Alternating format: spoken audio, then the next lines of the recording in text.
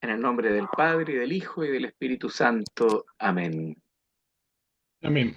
Es 30 de mayo del 2023 y seguimos avanzando en estas reflexiones en torno a la instrucción general del misal romano.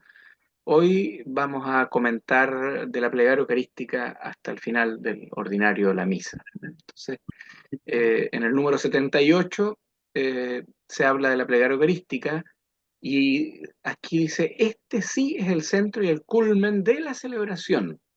¿Ya? Entonces, todo lo anterior fue preparación para esto, que es lo central, la plegaria eucarística. Es una oración de acción de gracias y de santificación. Es una oración en que todos se unen con Cristo, confesando las maravillas de Dios y ofrendando el sacrificio. Obviamente el pueblo fiel es donde guarda silencio, el sacerdote es el que pone la palabra. La plegaria eucarística, entre comillas, textual, la plegaria eucarística exige que todos escuchen con reverencia y con silencio. Ahí hay un punto interesante que sabemos que a veces no es ni tan reverente ni tan silencioso, a veces introducen cantos o músicas de fondo, producciones de distintos ámbitos que no ayudan. 79. Elementos constitutivos. Acción son A, B, C, D, E, F, G, H.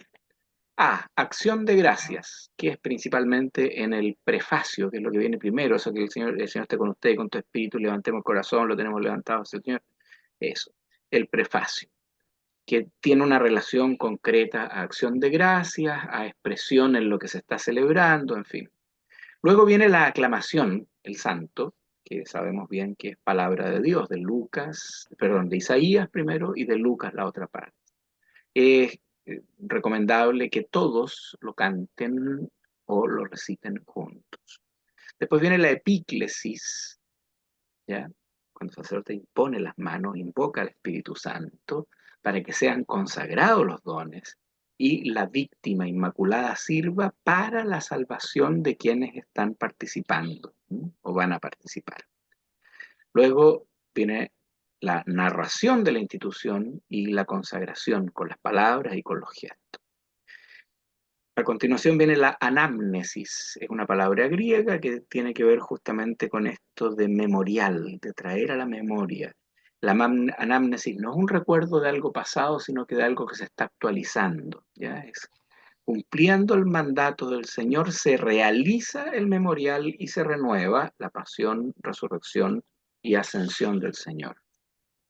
La oblación es la oferta, el ofrecimiento, la víctima inmaculada, Jesucristo el Señor, y los fieles que, para que aprendamos a ofrecernos a nosotros mismos en la unidad en Cristo. Después viene la intercesión, esta comunión con toda la iglesia del cielo y de la tierra. ¿Se acuerdan que se recuerda al Papa, al obispo, el lugar, el vínculo de la iglesia universal, la iglesia particular y también la iglesia en la tierra y en el cielo? Se habla de los vivos y de los difuntos. Luego la doxología final, que es glorificar a Dios, cuya afirmación de broche de oro es el amén. Amén. Claro, certero y seguro.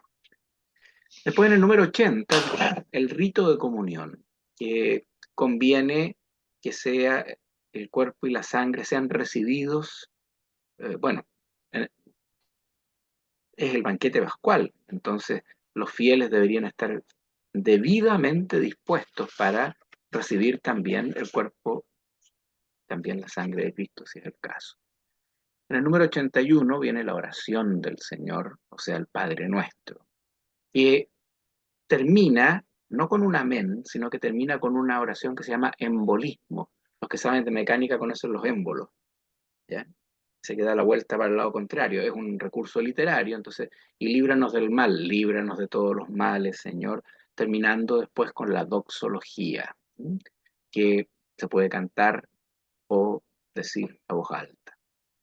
El 82, rito de la paz, es una expresión sobria, ¿ya? Y cuando el misal lo dice, cuando el sacerdote considera oportuno, el diácono o el sacerdote dicen démonos fraternalmente la paz o alguna de las otras fórmulas que aparecen en el libro, y debe ser una expresión sobria solo con los más cercanos. Yo un poco bromeando y un poco en serio le digo a la gente, esta paz no es de todos contra todos, le digo yo, sino que con el que está al lado. Ni siquiera el que está delante o atrás, basta con uno o dos. Yo no tengo nada contra ti, no tengo nada contra nadie, por eso puedo acercarme a recibir a Cristo. Vean ustedes la expresión de paz espectacular ahí. La fracción del pan, el número 80, eh, lo debe hacer o el sacerdote con la ayuda del diácono o el sacerdote solo. Debe ser algo sobrio y breve, ¿no? Alargarlo más de la cuenta. Hay una parte que se llama inmicción, se mezcla un trocito del cuerpo de Cristo, se pone dentro del cáliz y representa la unidad entre el cuerpo y la sangre del Señor. Luego viene el Cordero de Dios, que podría ser rezado, puede ser cantado, que concluye con el danos la paz. ¿Por qué digo esto? Porque cuando se llega a alargar la fracción del pan, por algún motivo, se pueden seguir repitiendo, Cordero de Dios que quita el pecado del mundo, ten piedad de nosotros. Y la última dice, danos la paz. Número 84, la comunión, orando en silencio, preparándose para comulgar. Hay un acto de humildad. Señor, yo no soy digno.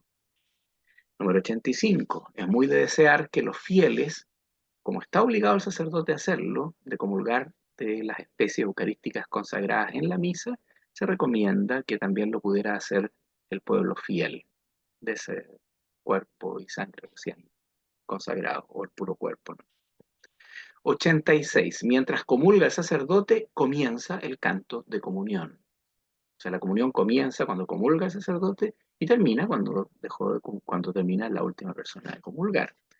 Entonces, en el número 87, el canto de comunión debería estar tomado o del gradual romano o del graduale simplex, cosa que ya habíamos comentado antes, u otro canto que la conferencia episcopal apruebe. Y si no hay canto, se dice la antífona de comunión que está en el misal. Número 88, después de la comunión, silencio, o cantar un salmo u otro canto de alabanza o un himno. Lo digo en ese mismo orden porque así aparece y esos órdenes en estas cosas tienen un orden no es aleatorio, lo ponen en un orden de importancia. 89, oración después de la comunión. Y finalmente el rito de conclusión en la 90, que está comportado de 4 elementos. Primero, breves avisos, si es que hay. Los avisos se hacen antes del saludo y bendición final. Luego viene el saludo y bendición, que puede ser simple o solemne, y obviamente saludo litúrgico, el Señor esté con ustedes y con tu espíritu, y la bendición, como están los formularios.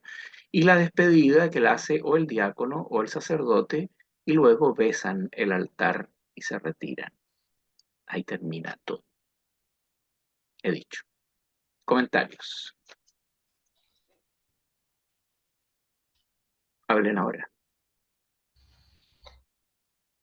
David, tu micrófono. Ahí. Gracias, padre. Bueno, simplemente unos datos que podrían ser interesantes para las personas que nos escuchen. En cuanto a la plegaria eucarística, padre, hay varias fórmulas, ¿cierto? No sé exactamente cuáles son, y está dentro de las variaciones contempladas en el misal. Habíamos visto en algunas sesiones anteriores que el sacerdote celebrante que preside, tiene la libertad de escoger distintas fórmulas dentro del marco que establece el misal. Y en este caso, la plegaria eucarística es una de ellas. Hay varias plegarias eucarísticas que difieren en su forma y también en su extensión. Y mucha gente a veces dice que le gusta mucho la plegaria eucarística que nombra es a todos los santos. Y esa coincide justamente con el canon romano de la misa tradicional. No recuerdo el número romano que le corresponde a la plegaria, pero está contemplada dentro de las que el sacerdote puede utilizar en la misa. Y respecto del rito de la paz, es importante mencionar que eh, la instrucción es clara en señalar aquí que debe ser dada con sobriedad y solamente a los que están más cercanos. ¿Por qué? Porque lamentablemente a veces podemos ver que se convierte esa parte de la misa en un paseo magistral, digamos, donde las personas empiezan desde un extremo a otro de la iglesia o de la primera banca a saludar al de la última atrás, y, bueno, y a veces O el se ha visto en saludo de algunos la paz, casos loco, y cosas por el estilo que también, hace. también efectivamente, o incluso el sacerdote a veces baja y hace un... También se ha visto en algunos casos. Entonces, ahí, digamos, no se está cumpliendo con lo que dice esta instrucción, que de alguna manera Que es debería, que es el espíritu claro, de lo que se está celebrando, sin duda. efectivamente, de alguna manera se disuelve un poco, se pierde una continuidad, porque es una distracción. ¿Para qué estamos con cosas?